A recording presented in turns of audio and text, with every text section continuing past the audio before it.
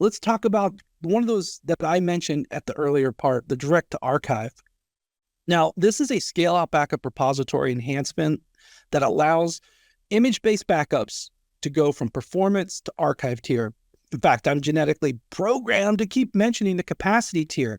So basically, this oversteps it in a way that you have the flexibility. You don't have to use the performance, capacity, and archive tier. You still can.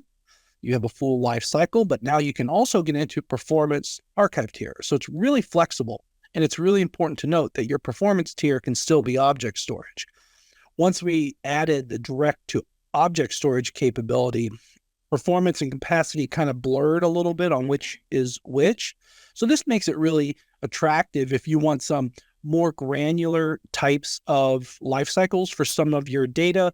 This is a really cool way to do it. And I didn't prepare a demo for you on this, but I'll just tell you, if you build a sober scale out backup repository, you now do not always have to have that capacity tier. Now check the help center for the specific supported configuration, but here's a little matrix of things that you can check out. Really excited for that.